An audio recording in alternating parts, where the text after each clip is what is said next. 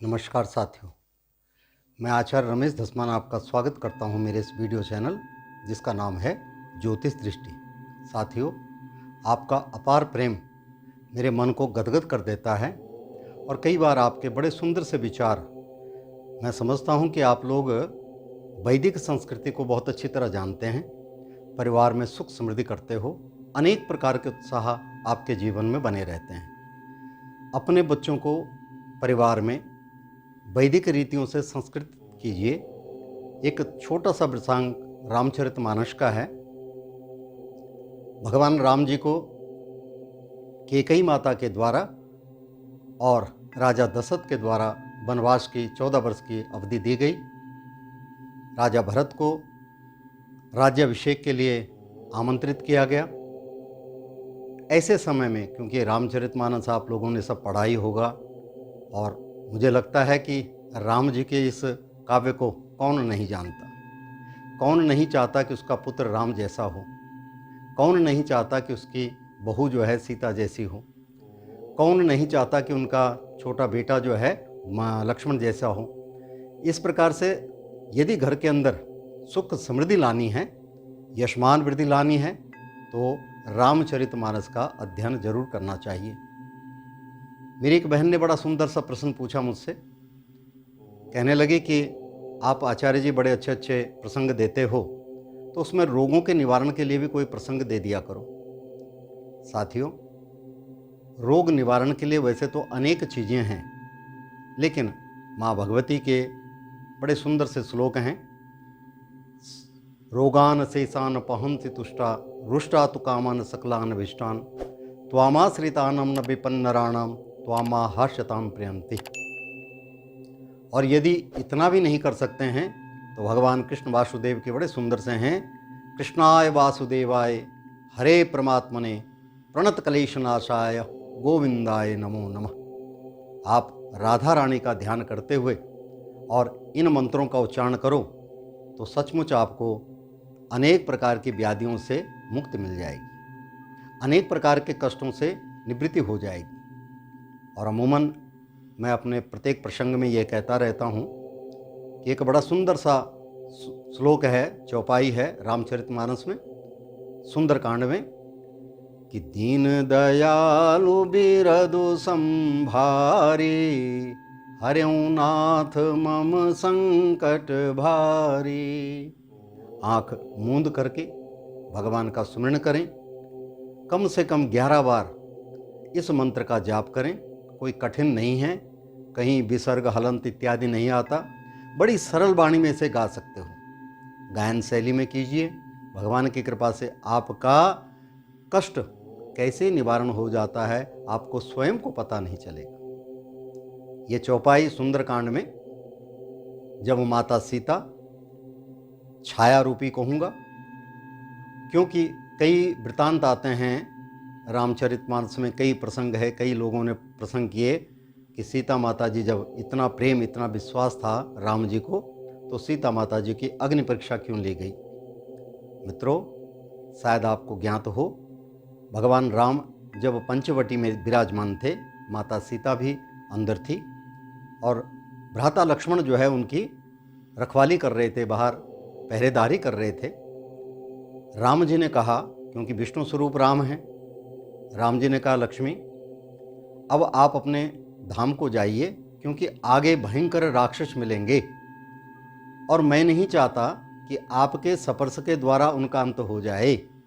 मैं चाहता हूं कि उनको मोक्ष की वृत्ति हो जाए। देखो राम कितने सरल हृदय हैं, कितने परोपकारी हैं, कितने दीनों पर दया करने वाले हैं। तो सीता माता ने कहा, ठीक है नाथ, जैसे आपकी इच्छा। और उन्होंने अपनी छाया रूपी प्रतिबिंब उस सीता का ही एक, अब आजकल हम कहते हैं ना जेरोक्स कॉपी कर देते हैं, तो एक प्रतिबिंब छाया रूपी सीता को रख दिया और स्वयं बैकुंठ धाम को निवास कर लिया। राम जी आगे चले और आगे आपको कथा पता ही है, रावण ने साधु भेष बना करके जो है सीता जी का हरण कर लिया। प्रसंग आता है साधु भेष ही क्यों बनाया गया। देखिए, हम साधु स्वरूप के ऊपर पूर्णतः विश्वास करते हैं, इसीलिए जैसे सूर्य उदय सवेरे प्रातःकाल होता है, उसकी लालिमा को देख करके बड़े आनंदित होते हैं, उसी प्रकार से साधुओं के वस्त्रों को देख करके हमारा मन भी आंदोलित हो जाता है, प्रसन्नता हो जाती है। और जिन्होंने बीतरागी बन चुके हैं, संसार से वैराग्य धारण कर लिया है, उन संतों के चरण छूने से आनंद की प्रतिभूति होती है। इसीलिए कहते हैं कि साधु की संगत अगर आप करते हो तो परमपिता परमेश्वर की तरफ से आपको वैकुंठ का वास मिल जाता है, सभी काम आपके सरस हो जाते हैं। ऐसी सरल भाषा में यदि आप कहो, साधु संग सबसे उत्तम माना गया है। और कहा भी है कि वृक्ष कबहु न फल भके, नदी न संचय नीर, परमारथ के कारणे साधुन धरा शरीर। न वृक्ष तो अपने फल स्वयं नहीं खाते हैं, हम सभी सांसारिक जीवों के लिए है। नदियां भी अपना जल स्वयं नहीं ग्रहण करती है। उसी प्रकार से संत जो हैं वो समाज के हित के लिए अपने जीवन को सर्वस्व त्याग देते हैं। तो ऐसे संत महिमा भगवान शिव से पूछा पार्वती ने कि आपने, भोलेनाथ आपका तो परम भक्त है, फिर आपने उसको इस प्रकार से क्यों मृत्यु के उसमें जाने दिया। भगवान कहने लगे, यदि सरस रूप में रहता तो शायद मैं रक्षा करता, लेकिन हे देवी, जब वह कपट रूप धारण करके कुकर्म कर रहा है तो मैं कैसे उसे छोड़ सकता हूँ। मेरे राम अवश्य उसे दंड देंगे। उस सीता जी को जब हरण करके अशोक वाटिका में रख दिया तो उस समय रावण ने क्या किया, भगवान राम और लक्ष्मण के सिर काट के ले आया अपनी माया से, छाया रूपी सीता को दिखाया। छाया रूपी सीता भयभीत हो गई। उसी समय दीनी मुद्रिका डारी, तब हनुमान जी ने एक मुद्रिका ऊपर से डाल दी जो भगवान राम जी के ही द्वारा दी गई थी। अब उस मुद्रिका को देखा, उधर कटे हुए सिर देखा तो भयभीत हो गई। और उस समय उस के मन से इस भय को दूर करने के लिए भगवान भोलेनाथ की आराधना की। दीन दयालु बिरदु संभारी, हरिऊ नाथ मम संकट भारी। भगवान ने जैसी उनकी विनती सुनी, अंतर आदि से किया हुआ जो शब्द था ऐसा सुना, और सुनते ही भगवान ने नीचे कपि रूप में जो भगवान के एकादश अवतार हैं रुद्र के, वह अवतार नीचे उतर गए। अब बांदर को देखा, उस छोटे से बानर को। भगवान सामने तो प्रकट हैं, लेकिन हम इन आंखों से ध्यान से देख नहीं पा रहे हैं। तब वीर बजरंगी ने कहा, रामदूत अतुलित बल धामा। हे माँ, मैं राम का दूत हूँ, बल भी बहुत है मुझ में, लेकिन यदि आज्ञा होगी तभी कहूँगा। सीता माता ने कहा, पुत्र तुम क्या कर सकते हो, इतने छोटे से तो हो। तब हनुमान जी ने कनक भूधराकार शरीरा, अपना भयंकर रूप दिखाया, यानी पृथ्वी से लेकर आकाश तक, अंबर तक छाया हुआ। उस रूप को देख करके छाया रूपी सीता माता प्रसन्न हो गई और तब कहा, हे प्रिय पुत्र, आराम से, माता भूख बहुत लगी है, थोड़े फल खा लूं। भगवान सीता माता ने आज्ञा दी और उसके बाद तो वृतांत अनंतर होता रहा।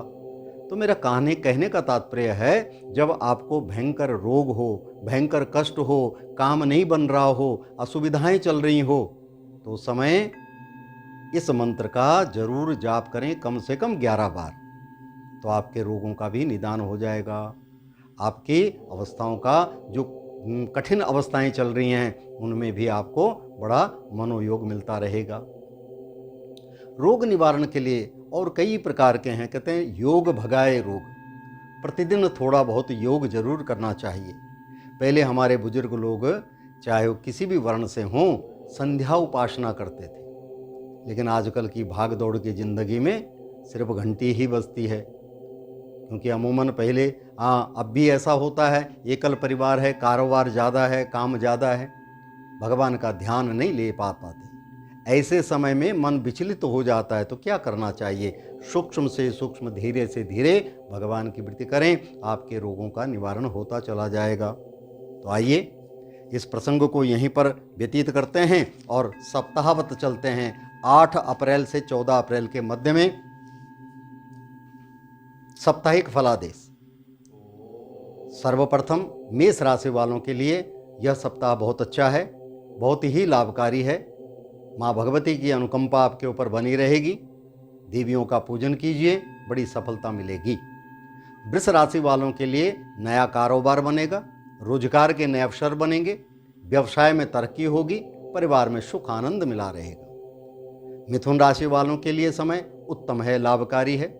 यशमान में वृद्धि होगी, वाहन सुख मिलने की पूर्ण संभावना है और मित्रों से आपको सहयोग प्राप्त होगा। कर्क राशि वालों के लिए समय बहुत अच्छा है, उन्नति कारक है। अनेक प्रकार से लाभ की प्राप्ति होगी। इस सप्ताह के अंतर्गत मन इच्छानुसार आपके कार्य होते चले जाएंगे। सिंह राशि वालों के लिए भी यह समय बहुत अच्छा है। अनेक प्रकार की सफलताएं आपके चरण चूमेंगी। नए उन्मादित कार्य बनते चले जाएंगे, परिवार से भी पूर्ण सहयोग मिलेगा। कन्या राशि वालों के लिए यह सप्ताह थोड़ा चिंता का कारक बनता है। वाहन इत्यादि सोच समझ के चलाइए, किसी से कहा सुनी मत कीजिए, वाणी पर थोड़ा सा मिठास रखिए। क्यों कहते हैं, मीठी वाणी बोलिए, मन का आपा खोए, औरन का मन शीतल करे, आपहुँ शीतल हो। ऐसा कार्य करने से आपको सफलता मिलेगी। तुला राशि वालों के लिए समय अच्छा है, परिवार में सुख आनंद मिलेगा, धन धान्य की वृद्धि होगी और उत्साह के साथ आप काम करोगे। जहां आप कार्य कर रहे हैं, आपकी खूब तरक्की होगी, उन्नति होगी। तुला के बाद वृश्चिक राशि पे चलते हैं। वृश्चिक राशि वालों के लिए समय बहुत अच्छा है, लाभकारी है। धन धान्य की वृद्धि होगी, यशमान में वृद्धि होगी और परिवार में सुख आनंद मिलेगा। वृश्चिक के बाद धनु राशि में चलते हैं। धनु राशि वालों के लिए इस समय ठीक नहीं चल रहा है, शरीर कष्ट हो रहा है, शरीर में कोई न कोई बाधा बनी हुई है, मित्रों से भी सहयोग नहीं मिल पा रहा है। बिना बात के आप सोचते कुछ और हैं, हो कुछ और जाता है। बिना बात के आपसे कोई उल्हाना कर देता है। ऐसे समय में क्या करना है? संकट कटे मिटे सब पीरा, जो सुमरे हनुमत बलबीरा। जय जय जय हनुमान गोसाई, कृपा करो गुरुदेव के नाई। जो 7 बार पाठ कर कोई, छूटई बंदी महासुख होई। 7 बार हनुमान चालीसा का पठन कीजिए। जब समय मिलता है, भगवान की कृपा से आपके सभी कष्टों का निवारण हो जाएगा। हनुमान जी को मंगलवार शनिवार को प्रसाद चढ़ाइए, बड़ा सफलता मिलेगा। धनु के बाद चलते हैं मकर राशि में। मकर राशि वालों के लिए ठीक चल रहा है समय, उनके हित में हो रहा है। वाहन इत्यादि का सुख मिलेगा, कारोबार में तरक्की रहेगी, मित्रों से सहयोग मिलेगा। मकर के बाद कुंभ राशि में चलते हैं। कुंभ राशि वालों के लिए समय उनके अनुकूल चल रहा है, मन चित्त प्रसन्न रहेगा, यशमान में वृद्धि होगी, धन धान्य की वृद्धि होगी, परिवार में सुख आनंद मिलेगा। कुंभ के बाद चलते हैं मीन राशि वालों के लिए। मीन राशि वालों के लिए भाग दौड़ बनी रहेगी, परिवार में तेजी बनी रहेगी, धन का आवागमन तो अच्छा रहेगा। ध्यान दीजिए, जो पीछे छोड़े हुए कार्य हैं उनको कर लीजिए, ये समय अच्छा है।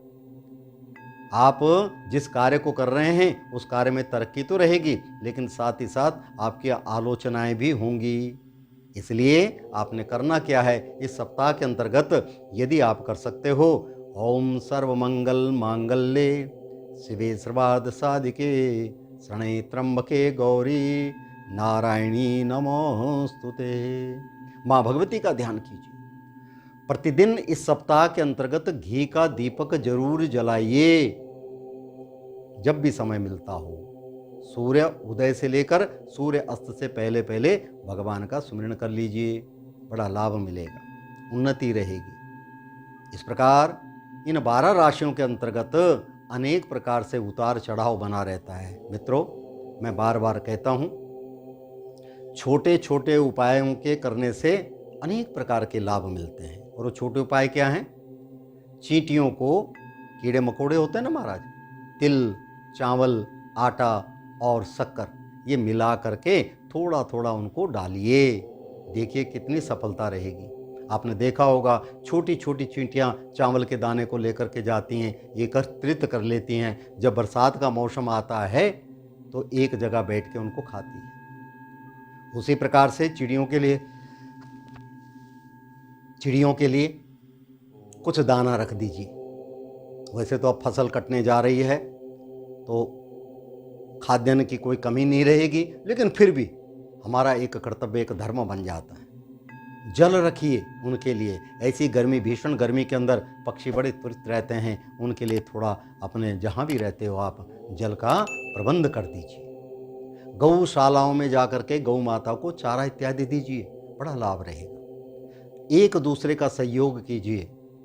ध्यान दीजिएगा, पत्थर की मूर्ति में हम आस्था रखते हैं, भगवान मानते हैं, लेकिन उस भगवान के बनाए हुई प्रकृति में हम विश्वास नहीं करते। अरे उस इंसान पे जो उस भगवान ने बनाया है, मानवता को संचित कीजिए, एक दूसरे पर विश्वास करके कर्म कीजिए। देखिए आपको कितना लाभ मिलेगा। एक दूसरे का सहयोग कीजिए। अस्पतालों में जाकर के, हो सकता है सामर्थ्य, कई संस्थाएं हैं, कई समाज सेवक हैं जो इस प्रकार के कार्य करते हैं। औषधि वहाँ देते हैं, फल इत्यादि का दान करते हैं, दुग्ध का दान करते हैं, ब्रेड इत्यादि का दान करते हैं। जो सामर्थ्य होती है, दान की कोई महिमा नहीं है। थोड़े से लेके, कणों से लेकर के अनेक प्रभाव तक आप दान कर सकते हैं। ऐसा कर्म करने से निश्चय ही आपको लाभ होगा। इन्हीं विचारों के साथ मैं अपनी वाणी को विराम देता हूँ। नए विचारों के साथ, नए सप्ताह, नई उमंग, नई प्रसन्नता के साथ आपके समक्ष आएंगे। और आपसे एक मेरी विनती है, कृपा करके मुझे फ़ोन के द्वारा या मुझे मेरे इस वीडियो में कमेंट्स करके बताइए क्या क्या आप सुनना चाहते हो, क्या क्या आप पूछना चाहते हो। यदि मुझे उसका ज्ञान होगा और जितना भी मैं अपनी सरल वाणी में उसको जो है आपको बताता रहूँगा। मुझे बड़ी खुशी होती है जब आपके मैसेज आते हैं, जब आपके वो होते हैं। तो मेरे द्वारा यदि किसी को थोड़ा बहुत भी लाभ होता है तो मैं अपने आप को धन्य मानूंगा। इन्हीं शब्दों के साथ मैं अपनी वाणी को विराम देता हूँ। नए विचारों के साथ आपके समक्ष आएंगे। तब तक के लिए नमस्कार।